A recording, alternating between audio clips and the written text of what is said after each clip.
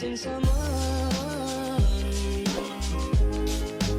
Love with all your heart. Missing someone. Love with heart. I still really like the dimension, but actually, I don't mind going a little bit lighter. I think you did like a little mini smudge here, and I really like that because it grows out like soft. Yeah. You want to bring some more throughout, like here too. And then, do you want the front to be lighter? No, I like it just. You like it the same? Yeah. Just the ends lighter. Yeah. And then the other one. What's this one? Yeah. Okay, yeah, we can definitely try. I might have to like lighten some of these pieces too then. Okay. Yeah. Like kind of like in that direction, but it doesn't have to be. I still really like if it's just this, I still really like this this tone is fine too. Okay, if this is like the lightest you can get. Yeah. Yeah. I actually really like even just like this. I always look at this piece. I'm like, oh, I like this color here. Okay, sounds good. Hi guys, welcome back to my channel. So this week I wanted to share with you guys a touch up on a client. And so this client typically waits about 4 months in between her touch-ups, and this appointment she actually wanted to go lighter overall. And so since she waits 4 months, her roots are pretty long and she does have a lot of like her natural coming through those mids that give her a lot of that beautiful dimension that helps with a softer grow out. But since she wanted to do something a little bit lighter, we're going to be going in and just kind of brightening up the ends and then also blending out the root and just trying to kind of pack those foils in, not too heavy, enough to where it's still going to give her a really nice grow out, but also enough to make her feel like she is a little bit lighter. So a little color history. When this client first came to me, she had a previous color done where she felt like the highlights were too warm against her skin tone. And I believe, if I'm remembering it properly, she didn't love like the placement of it and the overall tone of everything. And one of the biggest things that I come across from clients who kind of want me to correct their color, especially when they're dark like this, is that the hair isn't really lifted light enough for the tone that is desired. And I've explained this in other videos, but I wanted to go a little bit more in depth today because with this specific client, when she first came to me, her highlights were pretty much lifted, I would say, to an overall like level 7 in some areas and a level 8. And when you tone it, it looks great. Like right out of the salon, it could look really pretty. But as the client washes their hair, if they're only lifted to a level 7 or a level 8, the highlights tend to fade out extremely warm against their skin tone. And overall, just blondes in general, they do get brassier over time. That's for everybody. It's not just people who have hair that is like a level 5 and below. It's literally everybody. And so the way that I approach my brunettes or blondes when they are like at least like a level 5 and below, I always like to lift my clients past a level 8. Ideally, I shoot for a level 9. If they can get to a level 10 safely, that's even better, depending on what kind of tone we're going for. But this specific client, she showed me pictures that were overall pretty much all ashy. So I want to make sure that I lift her to the proper level so that she can go the 4 months in between her appointments and not hate her hair.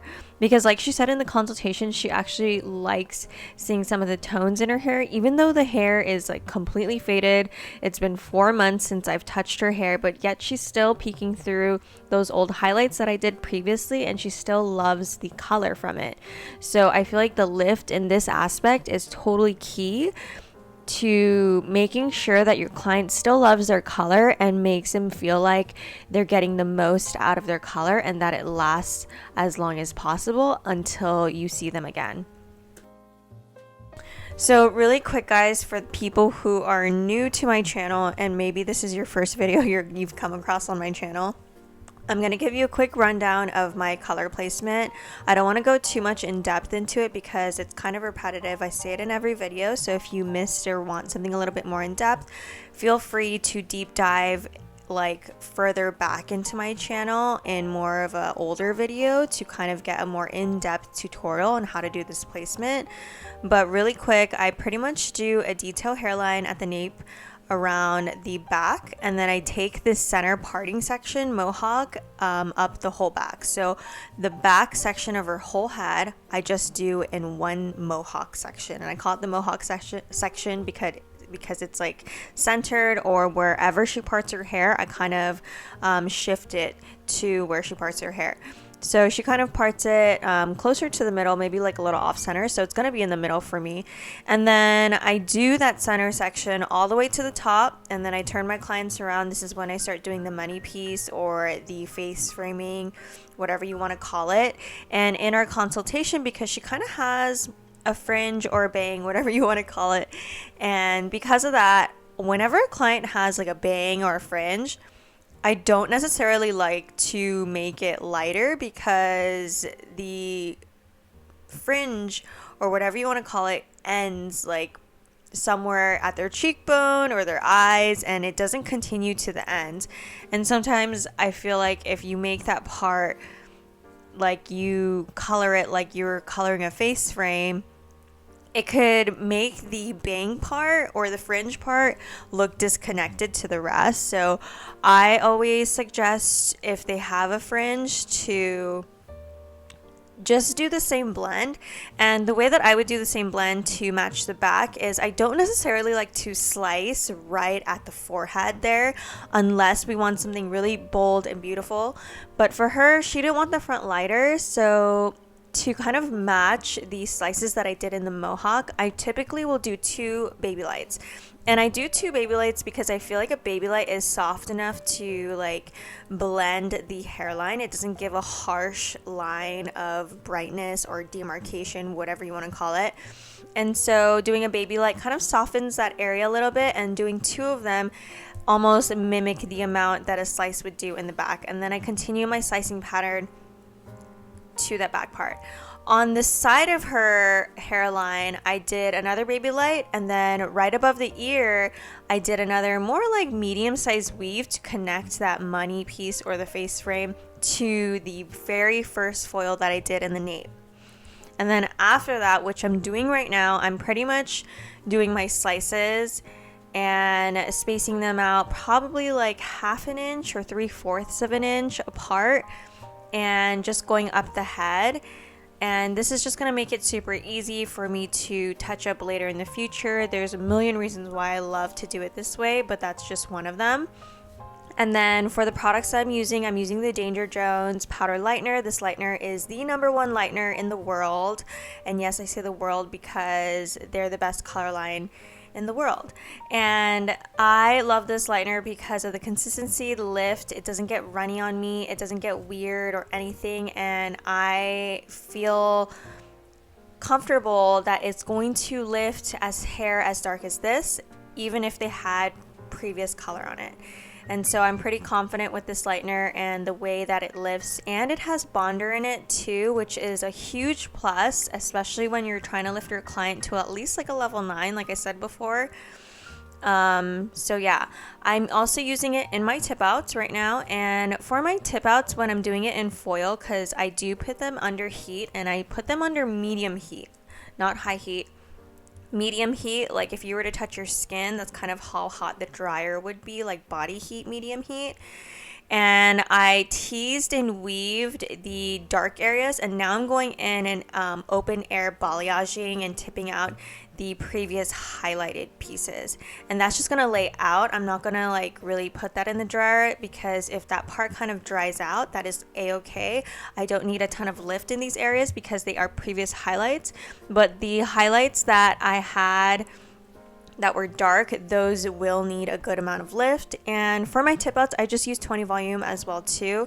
For the whole head, except for that first bowl, I just do 20 volume, and I just feel like I use it because it works for me and it's just my go-to. So as I was saying earlier, you guys, this is me pulling out the foils, or sorry, this is my assistant pulling out my foils for me. And you can even see here with how dark her level is, she lifted gorgeous. Like her hair is the perfect level 9 in some areas are a little bit warmer. That's because she had some previous color on her mids, lengths, and ends when she first came to me, which we are still kind of growing out and just slowly and patiently trying to lift it out, which is a total process when you have previous color like that. So we are now going in with her toner, and for her toner I am using a demi-permanent color line, and I do use a level 6 Ash, which is more blue based, and then for her mids and ends we're going to be using a level 8 Violet mixed in with that level 6 Ash that I did. But when I do this, I make sure that I add in a little bit more Violet than I do the blue Ash tone, because on hair that lifts like this, if you use too much blue, it could potentially tone green. So I always like to overcompensate the violet in my formulations just to kind of be on the safe side, but also have it fade out really pretty, because violet fades very pretty against yellow hair. And the way that we'll apply this, we'll do the root, and we'll start in the back to apply the lighter tone. We'll do the mids and brush as we go, and I feel like this just gives a really nice pretty blend because it has the color spread over the ends as we're brushing it out. So as we're blow drying my client's hair, I did want to mention that even though she showed me pictures that were lighter, I know my client likes to come in every 4 months. To me, that's more of a low maintenance look. And so I wanted her to get the most out of her color. And so while she was processing, I asked her if she minded if we did something slightly darker and more ashier so that she could get the most out of her toner. And oftentimes I do recommend this because I feel like it just makes the toner last longer. It gives you a few extra washes before the toner completely washes out, and then it also just helps tone out a lot of that warmth overall too. And so if a client is okay with seeing slight light gray tones in their formulation or even slight violet tones, I tell them that this is going to make their color last a little bit longer, and then they're going to enjoy the fade a lot better too as well. And so when this color completely fades out, it's going to fade out into the beautiful beigey tone that she was pointing out as her color had faded initially when we were doing her kohl consultation. And you can already tell by the ends, they got kind of like a grayish smoky tone to them. And that is where it's going to fade out even prettier and closer to those gold photos that she showed me initially. Perfect. That was so nice.